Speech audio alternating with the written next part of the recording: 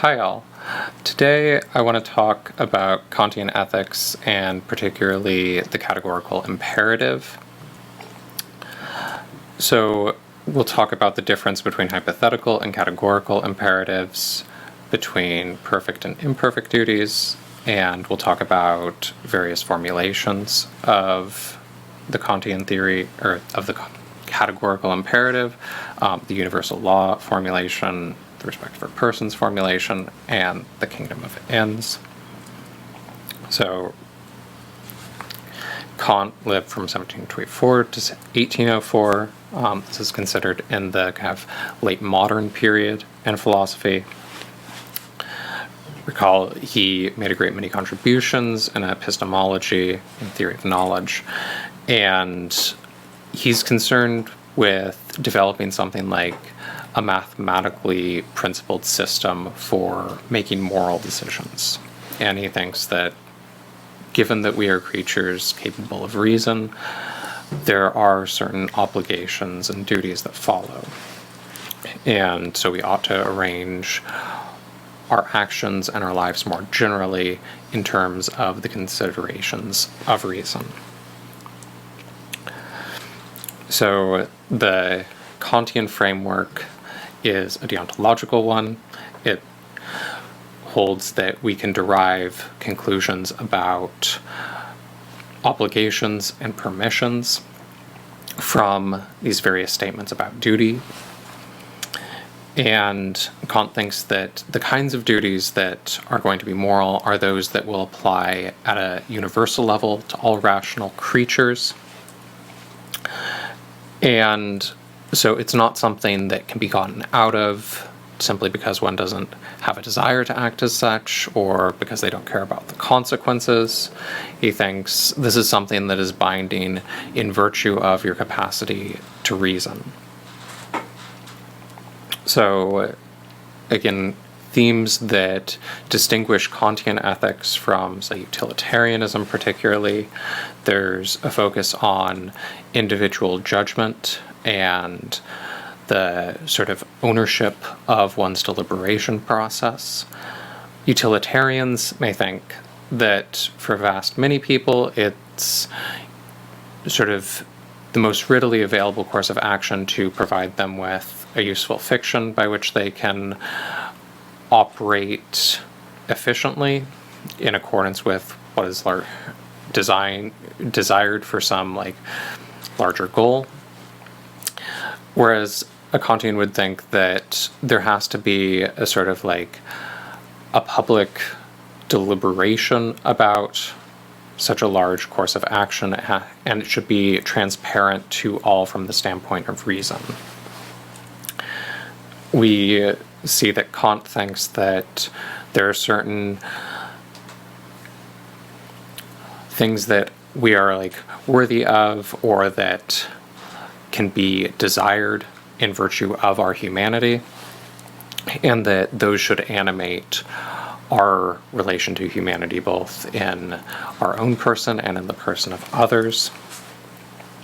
And so he thinks and is capable of expressing the kind of basic moral, very core theorem that we should not exploit others. And this is something, again, that utilitarianism can get at one level but fails to kind of protect in terms of its consequent deliberations. Utilitarianism can recognize that, look, suffering is really bad, and exploitation is correlated generally with some amount of suffering.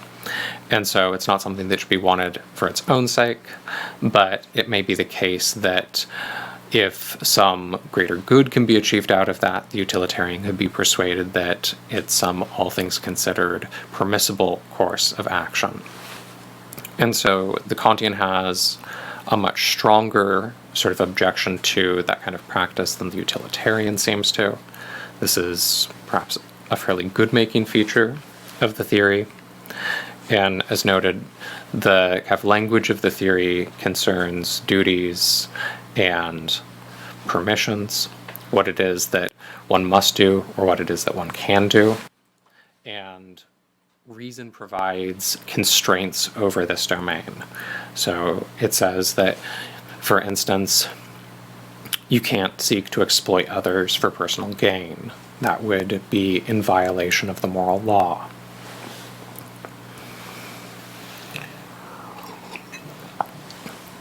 What is it that can be a proper motive? And Kant thinks we can identify broadly 3 types of motive. There is what one does because they want some personal advantage, or they might do something because they have like a general disposition to, or they are favorably disposed towards that action due to like either a matter of like their general character, which may be dependent on history and various contingent influences, or they may do it out of a sense of duty. And Kant thinks, look, the morally correct action is that which we ought to strive for, and the only thing that can be good without qualification then is this goodwill, the will to act rightly. So the kind of central object of gravity within Kant's theory, so to speak, is this notion of the goodwill. And the idea then is it's not about the consequences of an action, it's about the principle that motivates the action. We can evaluate the merits of a principle and determine on the basis of considerations about it whether it carries with it sufficient warrant or whether it's impermissible. And Kant thinks we can derive substantive sort of contours of what this goodwill consists in. It is the will which operates in accordance with the categorical imperative, but it operates not only in accordance with it, but from a recognition of its sort of importance. So its consideration from duty. We can distinguish 2 sorts of imperatives and identify the stronger as the sort that Kant thinks is associated with moral obligation. So Kant's theory is a rationalist one. It holds that we have obligations that stem from our capacity to reason. And he thinks, look, one type of way in which this manifests is in terms of instrumental reason. If I have a particular goal, then I ought to take the steps in order to achieve that. If I act contrary to that, then I act irrationally. Say, I have a desire for food, and if I have a desire for food, then I ought to go and get food. If I have a desire for food, and I decide that's something that I want to be moved by, and then I act in some contrary way, I decide not to do anything, then I've acted instrumentally irrationally. I have undermined my own goal. And in some cases, you could say, like, if you have taken up a particular task that doesn't have any sort of greater obligation outside of it, say you've taken up a hobby and you choose to improve your capacities with regards to that, you may decide, well, I don't care about this anymore, I'm going to disregard it. If there's no sort of auxiliary obligation, then any sort of derivative obligation you have from your identity gained as a practitioner of that hobby then dissolves. What Kant thinks is that there are certain kinds of obligations that cannot be dissolved in this manner, that they hold unconditionally. And he says they hold categorically.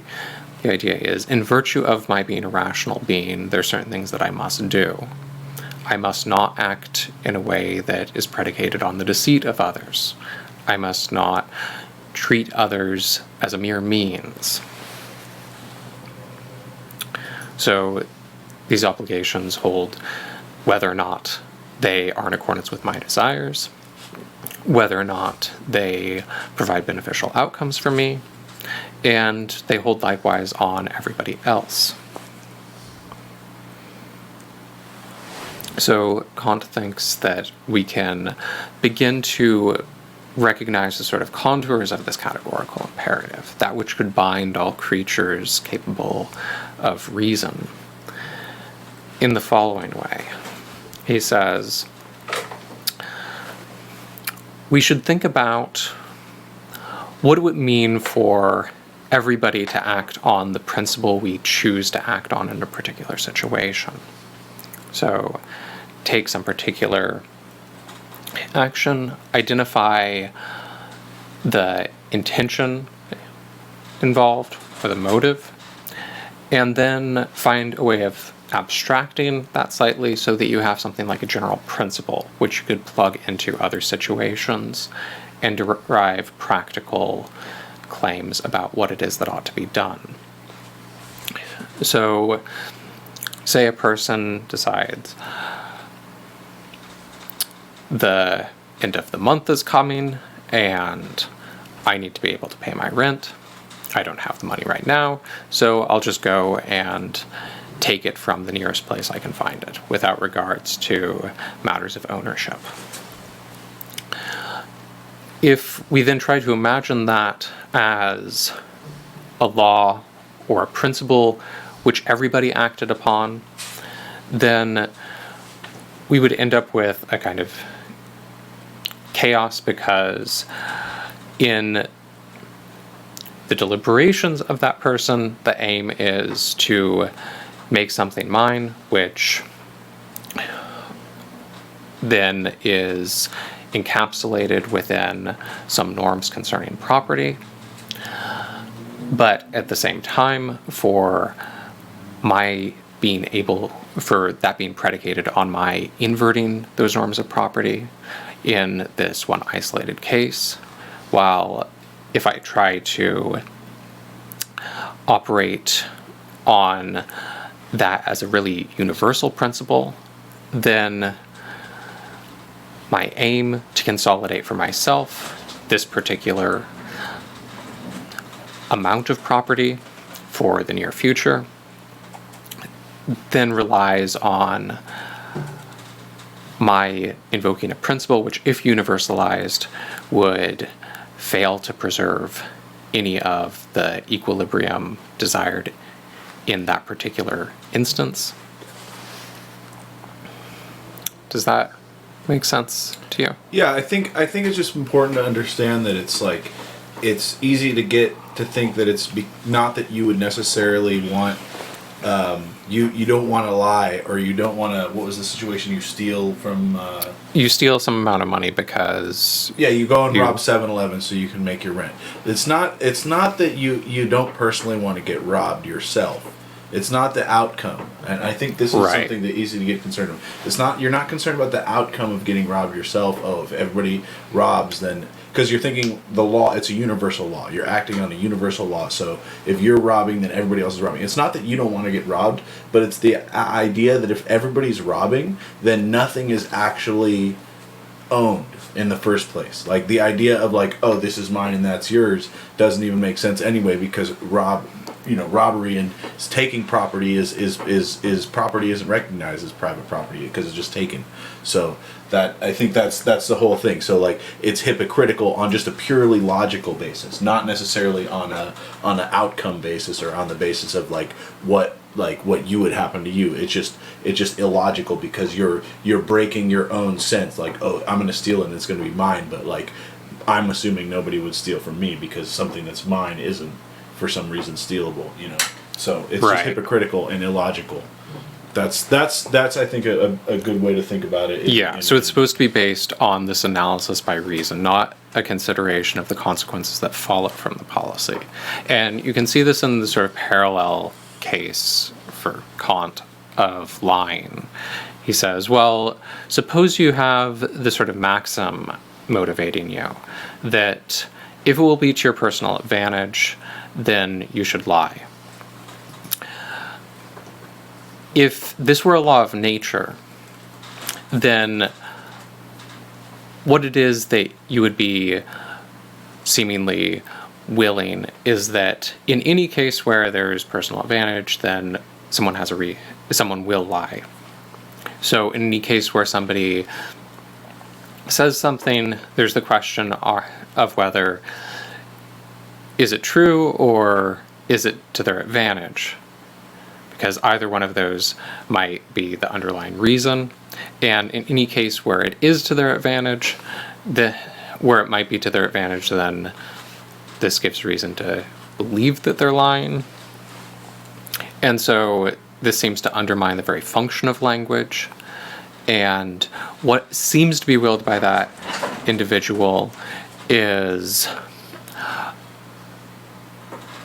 the willing to bring about a particular state of affairs in which what they say to another is believed, and yet at the same time, as a law of nature, everybody lies when they believe it's to their advantage.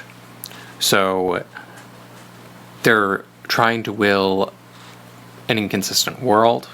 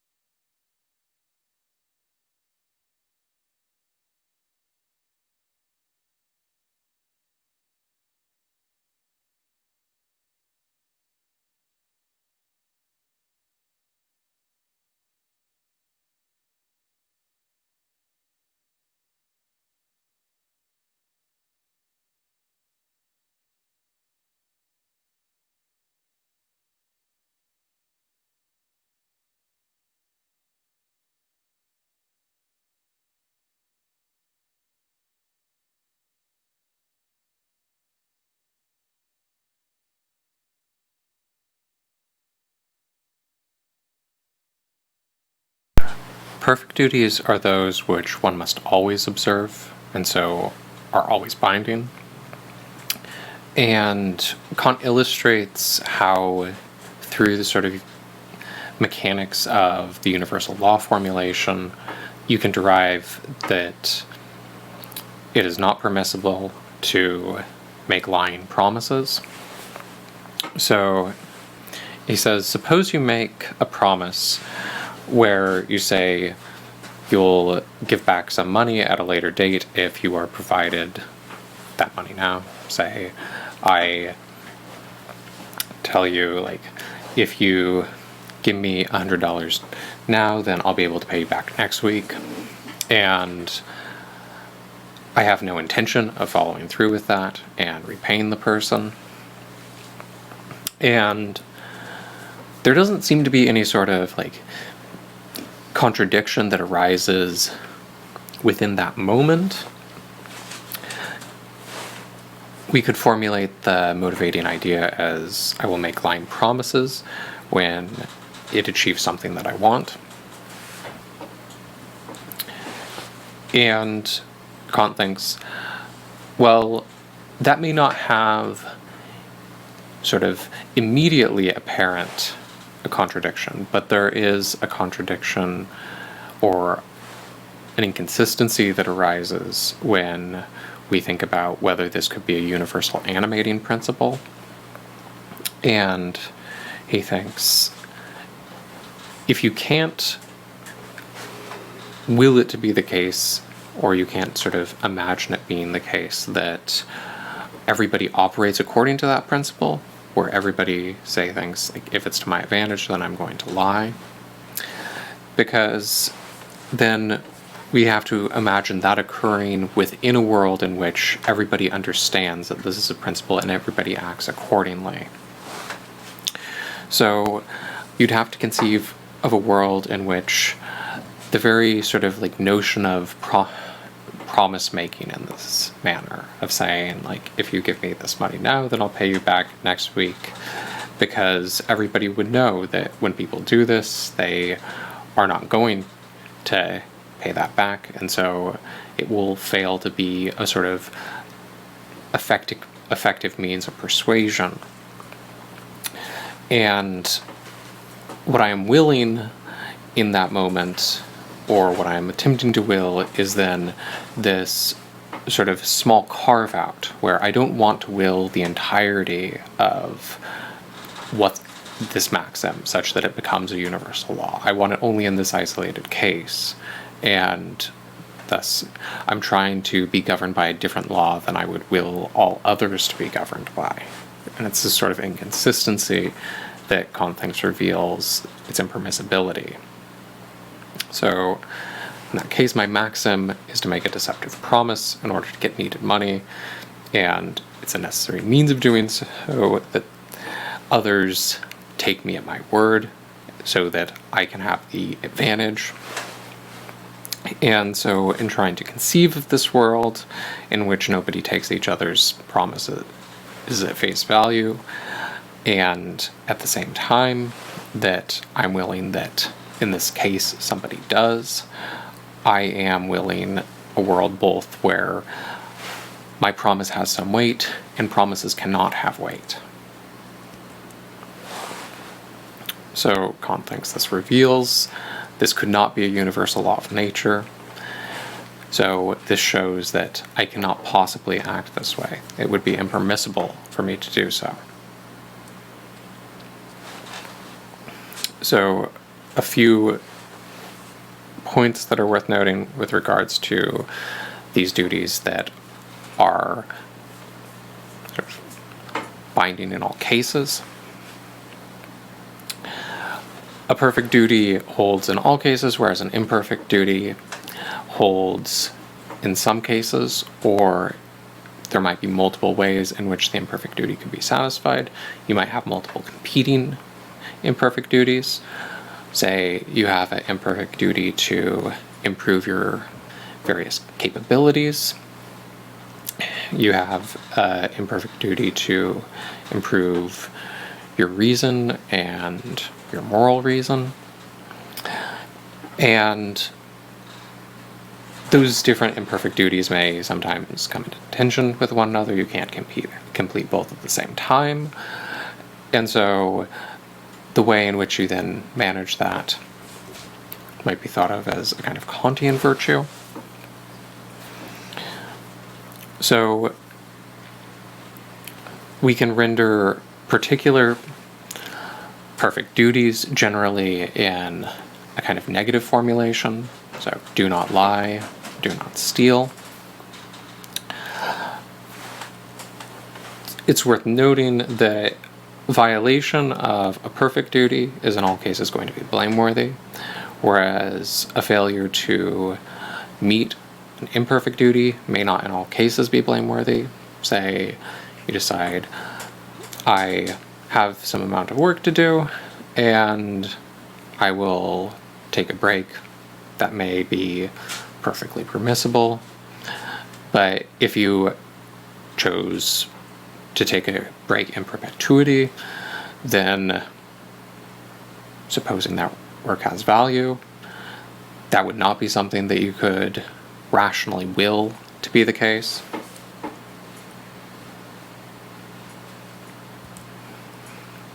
So Kant thinks you have a perfect duty to yourself not to destroy yourself or not to commit suicide.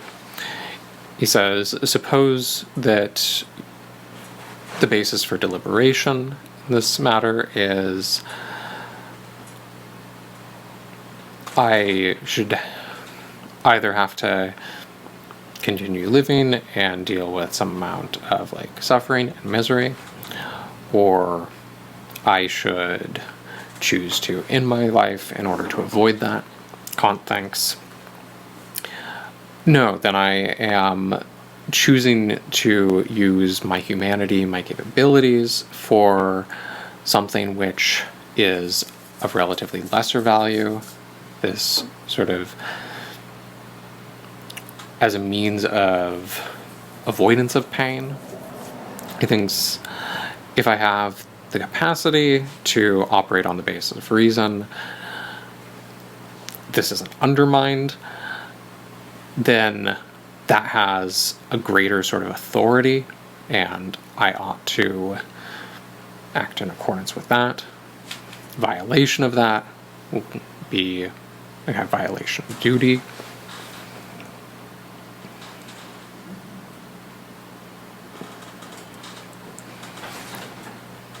So imperfect duties, again, are those which obtain sometimes, might be satisfied in multiple ways.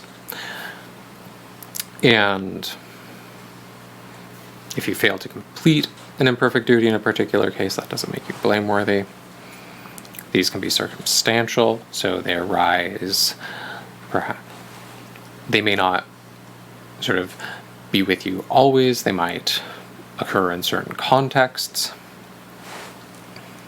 Say, in the midst of a pandemic, you have duties to try to mitigate transmission.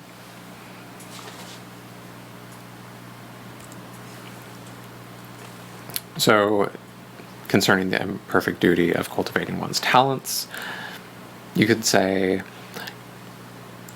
propose the maxim, I will act on a basis of what is pleasurable rather than what is conducive to deepening or strengthening my abilities. This doesn't generate, if I imagine a world in which everybody acts on this principle, an immediate sort of contradiction. The world seems consistent, but from a rational standpoint, Kant thinks I can see that there's something kind of undesirable about it, that it's a world which deviates quite substantially from human perfections, from a desired sort of animation of personhood.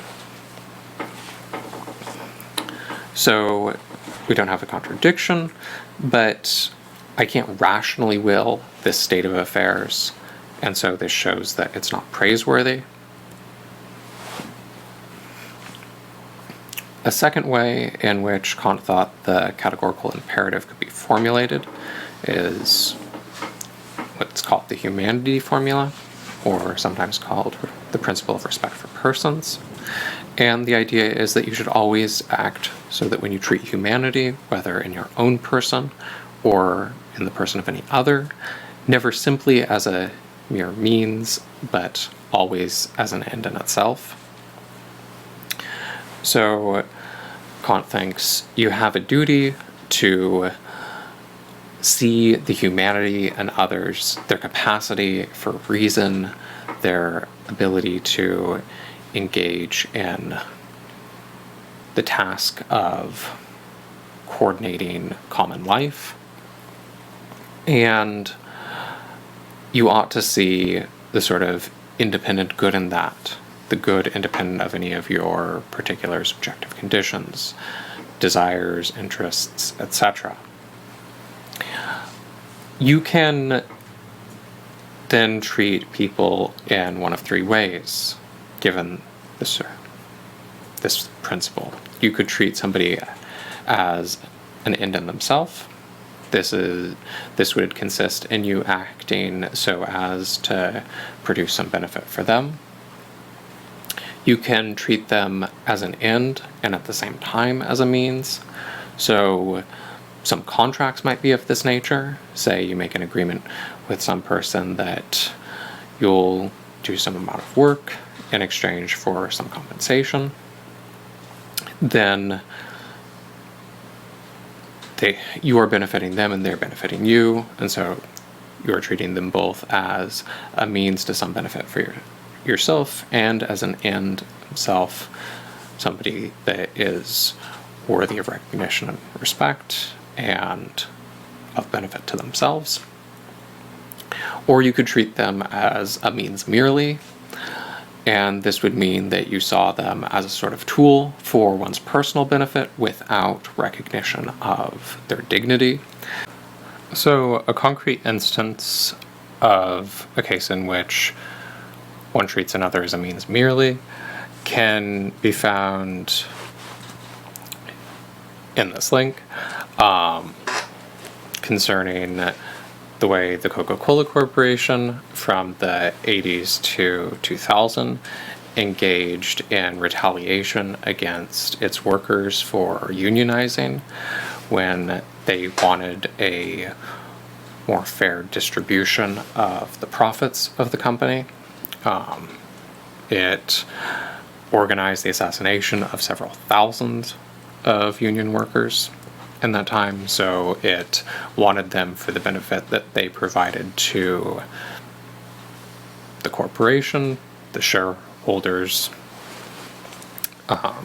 and its continued functioning, but they didn't want to recognize the dignity and the humanity and the obligations they bore towards their workers, and so they treated them as a mere means towards their benefit, which they then sought to destroy when the demands of the workers deviated from what was instrumentally valuable to Coca-Cola.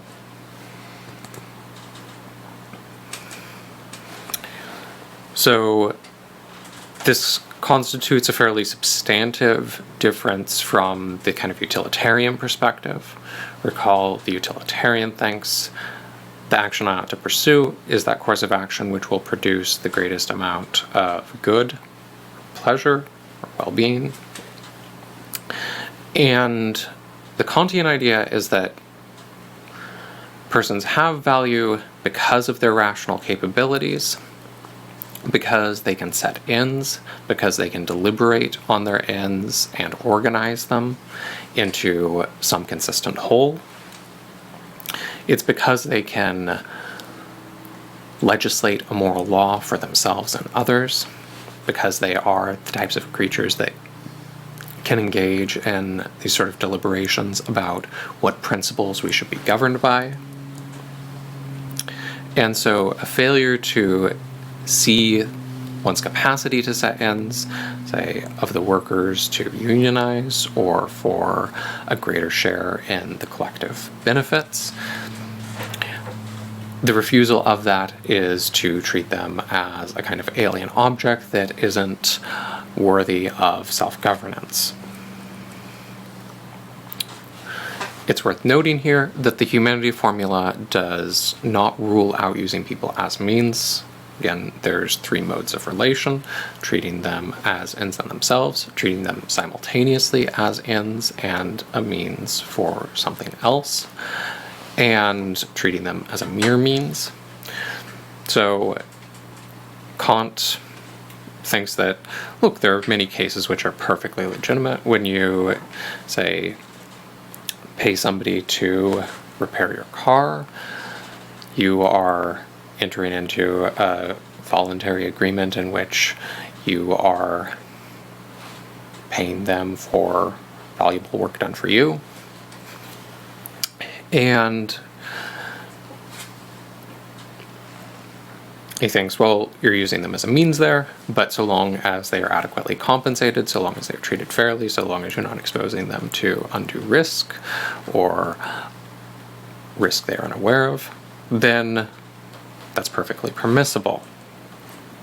He grants that the vast majority of ways in which we receive goods or obtain goods depends on using other people as means, but we can recognize them as ends in themselves simultaneously.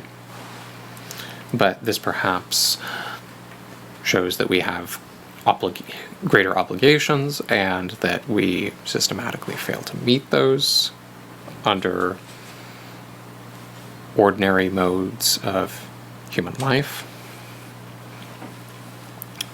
So this is supposed to set some kind of minimal standards of treatment that is warranted in virtue of having human dignity or in virtue of being a person. So what Kant is ruling out is a particular domain of action by this. He thinks, look, if you would treat somebody only as a means to some greater advantage, be it for yourself or for others even, then that's impermissible. So reason acts as a kind of constraint on the domain of possible action. And this will generate stark contrasts with utilitarianism, for instance. A utilitarian might think, in order to develop a vaccine or some new medical treatment, one could derive a great deal of benefit from experimenting on human beings, independently of whether they consent to that. And given certain circumstances, the utilitarian might think that that's a permissible course of action because of the anticipated consequential benefit.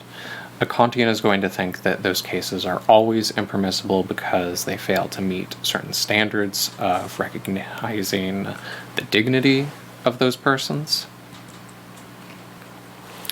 One of the fairly core questions here in the context of Kant's theory is who counts as a person, and Kant thinks that, well, man and any rational being will count.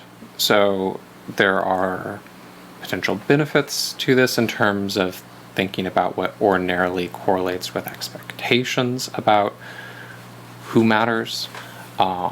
This has the benefit of not being arbitrarily kind of speciesist. It doesn't say, well, it's human beings simply because they're human beings. It says it's human beings because they're rational creatures, because they're capable of operating on the basis of reason, and any other creature that would be capable of operating on the basis of reason, examining maxims. And so this could allow for some highly intelligent alien life to count as a person, or, for instance, for dolphins or some primates to count as persons.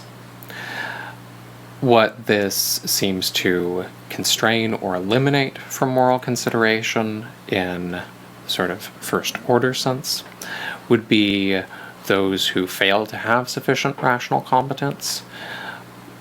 Say, somebody who has various mental disabilities or who is comatose or in a vegetative state. They can't operate on the basis of reason. What Kant would say about those people might depend on expectations of whether they can recover or not. If there's a sort of possibility, then Kant might think we have obligations to them. If they do not, then maybe our obligations to them disappear. This seems, though, to fail to account for a lot of non-human animals, and potentially, as we've seen, some human animals. And so Kant thinks, like, we don't have any direct obligations to, say, a cow or a dog or cat or other large mammalian life. And that's because they can't reason, but he thinks we should still be considerate of our treatment towards them, because if, say, one sort of absolutely disregards them, then this seems like it carries with it a sort of attitude of coldness, and that might seep into interactions with humans, and it may reduce one's inclination to recognize human dignity because they become too callous. So he thinks there's this sort of like derivative or weaker argument that can be given against cruelty towards animals, but he doesn't think it's because, well, they can feel and pain is bad, and so they ought not be made to experience that. He thinks it's because of the effects it would have on our moral judgments. Children then occupy a sort of indeterminate position in this question then, because, well, until some point, they're not capable of operating according to deliberations about maxims. Even for humans that are capable of doing that, very few of us engage in that in a consistent or pervasive basis. Oftentimes we make a lot of decisions on the basis of habit or momentary preference. So there's a quite exacting standard here, and depending on how we conceive of the sort of nature of personhood, then this might generate like constant sort of heavy demands on us. Maybe we ought to meet those. So children aren't fully rational, and so in some respects occupy a kind of indeterminate standpoint within Kant's theory. They are not capable of self-legislating yet fully, but they can't be used as a mere means either, because they have the sort of capacity for personhood, for rationality, and moral deliberation. And so, in virtue of that, they have to be respected as ends, but this means that, or this manifests in a set of kind of normative expectations about what it is that they ought to become as persons, and that generates obligations on others to help them become that, to help them become good moral deliberators and practical agents. So we can now use these two different formulations of the categorical imperative to look at a few cases. We've seen that Kant thinks it's impermissible to lie, and we could explicate this in terms of the universal law formulation of the categorical imperative. And one way we might express this is, well, lying seems to negate and undermine the very purpose of language, which is to communicate truth.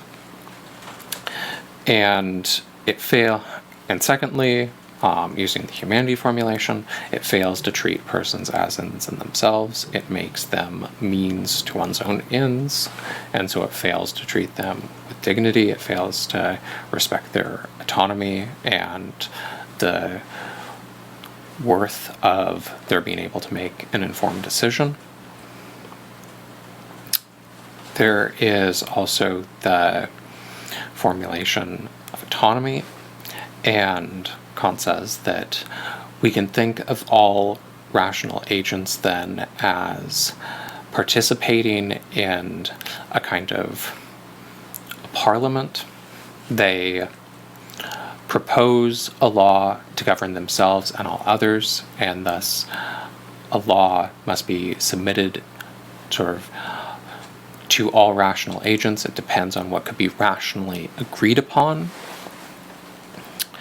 And thus, in sort of the attitude towards humanity generally, and the humanity in oneself and others, one ought to see this sort of capacity for legislation, for self-governance, and ought not sort of damage or fail to recognize the moral worth of others. And so everybody should be equally free. They should not be made a mere means to others' ends. We could think of this then as a kind of contract that is formed amongst these rational deliberators.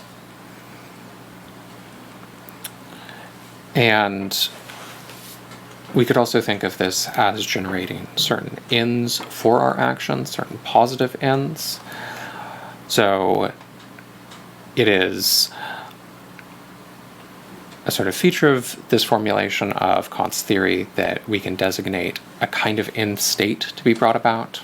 This end state, like Aristotle's notion of happiness, is not a particular sort of moment in time, but an activity or a pattern of behavior of institutions. And we should see this as a kind of ideal which we are animated to bring about. And so in this ideal, all people are capable of self-governance. They have the capacity to choose for themselves. And so there are certain conditions that must be brought about in order for people to be able to make these kinds of decisions. They have to be relevantly informed of what it is that they're doing. They have to have the resources to make good judgments.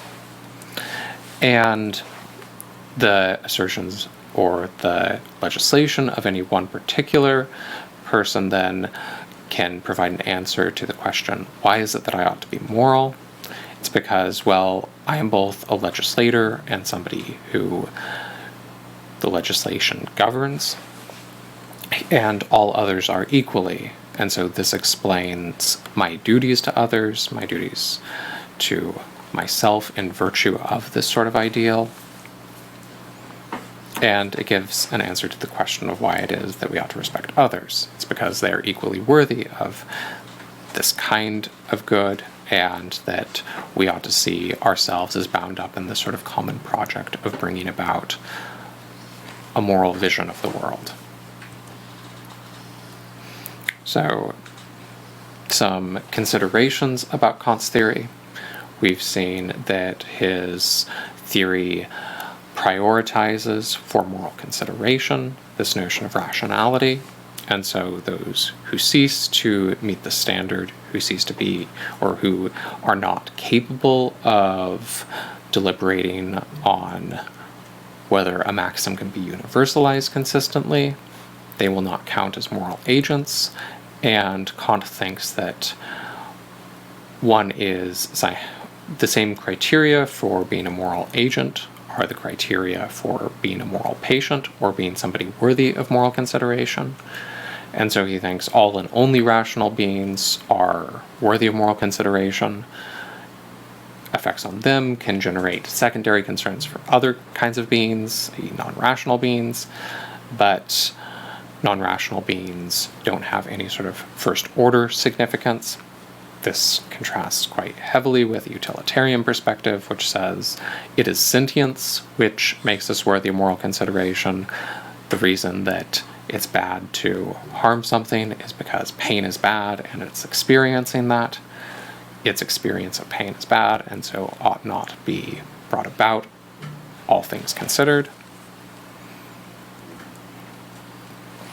There's the more fundamental question of what counts as rationality. Kant thinks that, well, it requires this sort of like capacity to calculate and run this deliberative test.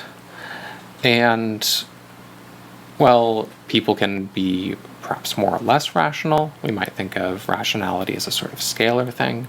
So we might think about it in terms of frequency. Sometimes one makes like impulsive decisions or doesn't think much about why it is they act as they do.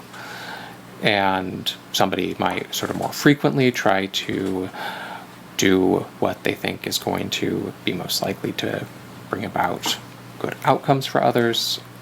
One might think about what sort of principles they're operating on.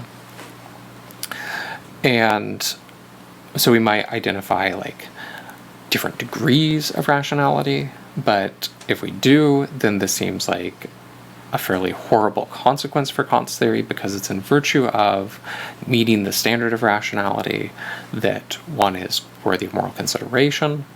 And so if there's a sort of scalar sense of rationality involved here, then it seems like some creatures may be more worthy of moral consideration than others, i.e. the more rational ones. That seems, at a very intuitive level, wrong or very implausible.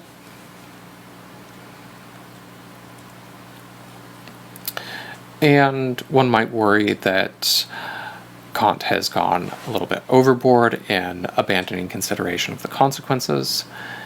Is it merely the case that one's intention matters?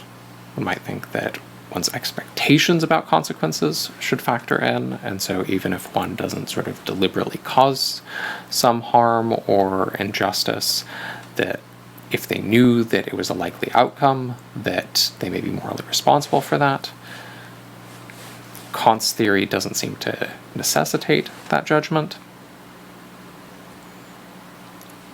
There's the problem that perfect duties could conflict with one another. Let's say I could have a promise to act in the best interests of a group of people, and I may be taken prisoner and somehow make a promise to divulge information which will be harmful to that group of people.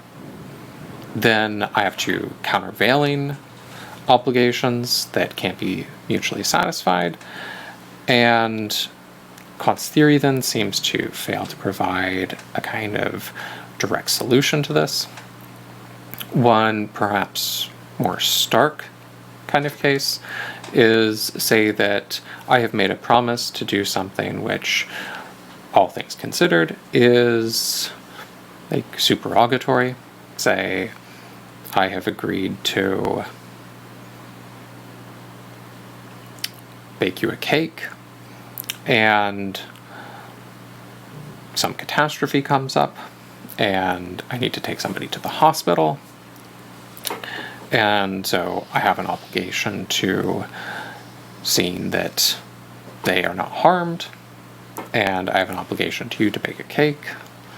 Then both of these obligations quite plausibly seem like they might be categorical. I have an obligation to keep my promises, but I have an obligation to preserve the humanity of others. Kant's theory seems like it might end up at an impasse here.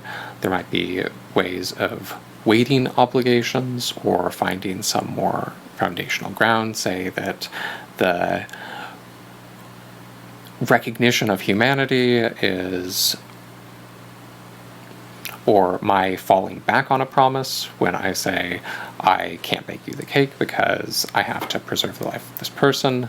This doesn't result in a failure to recognize the dignity of you when I've made this promise to you, because I could reasonably expect you to withdraw your expectation of me in light of this more significant harm to the future survival of somebody else. Okay, so we'll talk about a few more applications of Kantian theory and how we can apply that to concrete contexts in business next time. Thanks everyone for watching, and let me know if you have any questions, and I'll see you next lecture.